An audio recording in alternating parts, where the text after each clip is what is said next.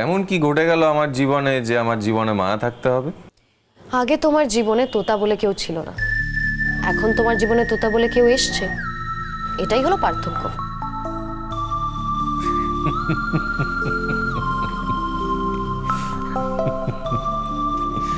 তোতা বলে কেউ এসেছে মানেটা কি?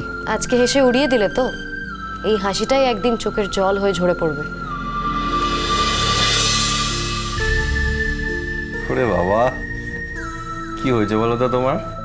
হ্যাঁ, মাথা মাথা খারাপ হয়ে গেছে নাকি?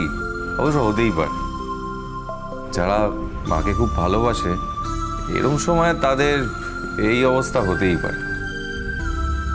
আমিও খুবই অপেক্ষা করে আছি জানো তো, তোমার মা কবে আমাকে ফোন করবে। ম্যাডাম কি রাগ করে চলে গেলেন? আপনি আটকাবেন না?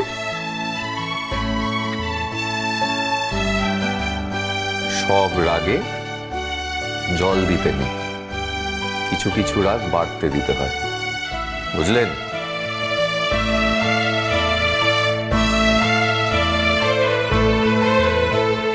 আমি তোমাকে যেটা বলছি খুব ভালো করে শোনো। এই পৃথিবীতে কোথাও একটা কোনো ইকুয়েশন তৈরি হচ্ছে, অন্য কারোর দ্বারা হয়তো এই ইকুয়েশনটা তৈরি হচ্ছে, আমি জানি না, কিন্তু কোথাও তো কিছু একটা ঘটছে। তা না হলে তোতা তো ওই ছেলেকেই বিয়ে করতে চেয়েছিল। এখন জানা যাচ্ছে সে আমার মায়ের দ্বিতীয় পক্ষের ছেলে। সেই 2 বছর বয়স থেকে আমার জীবনটা কাটা ছেঁড়ায় রক্তাক্ত হয়ে গেছে। সেই রক্তের দাগ কোনো দিন কেউ এসে মোছাতে পারবে না বাবা। পারবে। কে পারবে? কার কথা বলছো তুমি বাবা? ওই মেয়েটিই পারবে, ওর ক্ষমতা আছে। ওই মেয়েটা তোর জীবনে খুব লক্ষ্মী, খুব শুভ, দেখে নিস।